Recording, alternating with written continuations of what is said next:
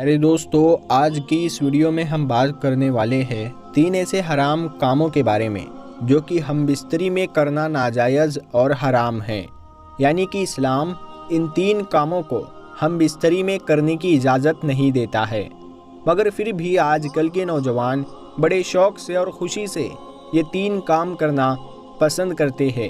اسی لیے آج کی ویڈیو آپ لوگوں کے لیے بہت ہی خاص ہے۔ آپ چاہے مرد ہو یا عورت، آپ اس ویڈیو کو آخر تک ضرور دیکھیں اور ان 3 کاموں کے بارے میں ضرور جان لیں، اور اگر آپ بھی ان کاموں کو کر رہے ہو تو آج سے ہی ان کاموں کو کرنا بند کر دیں، ورنہ آپ دونوں جہانوں میں تباہ و برباد ہو جاؤ گے۔ اور آپ سب سے ایک گزارش ہے کہ آپ اس ویڈیو کو ایک لائک ضرور کریں، اور چینل پر پہلی بار آئے ہو تو چینل کو سبسکرائب کر کے ساتھ میں لگے بیل آئیکن کو ضرور دبا دیں۔ تو آئیے دوستو شروع کرتے ہیں آج کی ویڈیو۔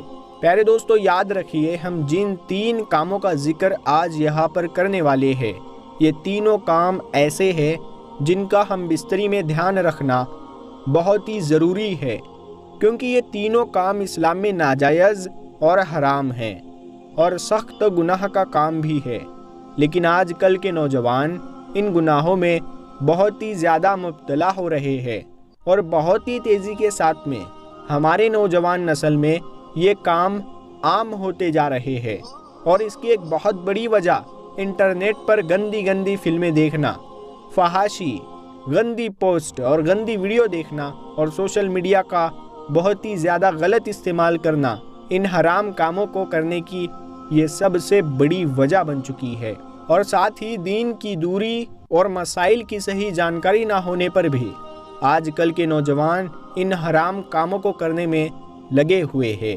اب آپ کو وہ 3 کام بتاتے ہیں جو ہم بستری میں کرنا ناجائز اور حرام ہیں۔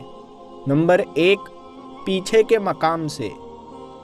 میرے دوستو، پہلا حرام کام یہ ہے، عورتوں کے پیچھے کے مقام سے یعنی پاخانہ کی جگہ سے ہم بستری کرنا۔ یاد رکھیے اسلام میں عورت کے پیچھے کی طرف سے ہم بستری کرنا ناجائز اور حرام ہے۔ شادی کے بعد عورت کے ساتھ ایک خاص مقام میں ہم بستری کرنا شریعت میں حلال قرار دیا گیا ہے۔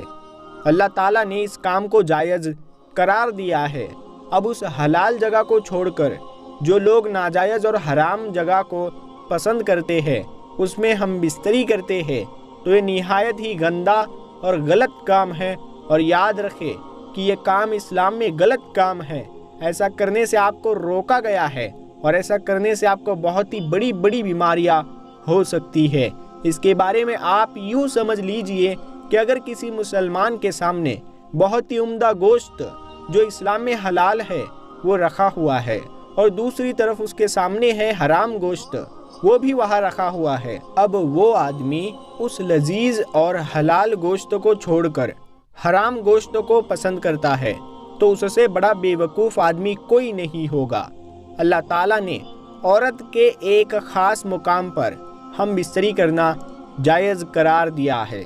اب اگر کوئی آدمی اس مقام کو چھوڑ کر اگر عورت کے پیچھے مقام میں ہم بستری کرتا ہے تو یاد رکھیے اسلام میں یہ حرام کام ہے، اسی لیے ہر مسلمان کو اس کام سے ضرور بچنا چاہیے۔ نمبر 2، شرمگاہ کو چومنا۔ پیارے دوستو، اسلام ایک پاک صاف مذہب ہے اور پاکی آدھا ایمان ہے۔ اگر ہمارے رسول اللہ صلی اللہ تعالیٰ علیہ وسلم نے ہمیں بیٹھ کر پیشاب کرنے کا حکم دیا ہے اور ان پیشاب کے چھینٹوں سے بچنے کا تک حکم دیا ہے، تو آج کل کے نوجوان کچھ گندی گندی فلمیں دیکھ کر ایسی چیزیں کرنے لگے ہیں جو بالکل حرام ہے اور انسانوں کے لیے یہ بیماریوں کا سبب بن رہی ہے۔ تو جو شادی شدہ مرد ہے یا عورت ہے ایک دوسرے کی شرمگاہ کو چومتے ہیں تو یہ بالکل جائز نہیں ہے، یہ حرام کام ہے۔ جس منہ سے یعنی جس زبان سے آپ نماز میں تلاوت کرتے ہیں، قرآن کی تلاوت کرتے ہیں، اللہ تعالیٰ کا ذکر کرتے ہیں، تو اس کا استعمال صحیح جگہ کرنا چاہیے اور ایسے حرام کاموں سے بچنا چاہیے، اور اپنے آپ کو ہونے والی جو بڑی بڑی بیماریاں ہیں، جو ایسا کرنے سے ہونے والی بڑی بڑی بیماریاں ہیں، ان سے بھی اپنے آپ کو بچائے۔ نمبر 3، حیض اور نفاس میں ہم بستری کرنا۔ پیارے دوستو، ہم بستری میں تیسرا حرام کام یہ ہے عورتوں کے جو مخصوص دن ہوتے ہیں وہ بڑے نازک ہوتے ہیں۔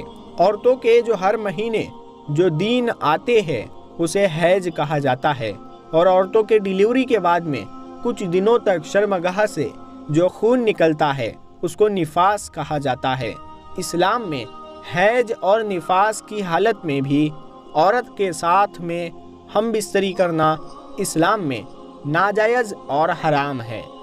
یہ ایک بہت ہی ضروری مسئلہ ہے جس کے بارے میں بہت ہی کم لوگ جانتے ہیں، تو یہ صحیح بات ان تک پہنچانے میں ہماری مدد کرے۔ اس ویڈیو کو شیئر کرے۔ دین سیکھنے میں کوئی شرم نہ کرے۔ اگر آپ کو کچھ نہیں پتا تو آپ اسے ضرور شیئر کریں۔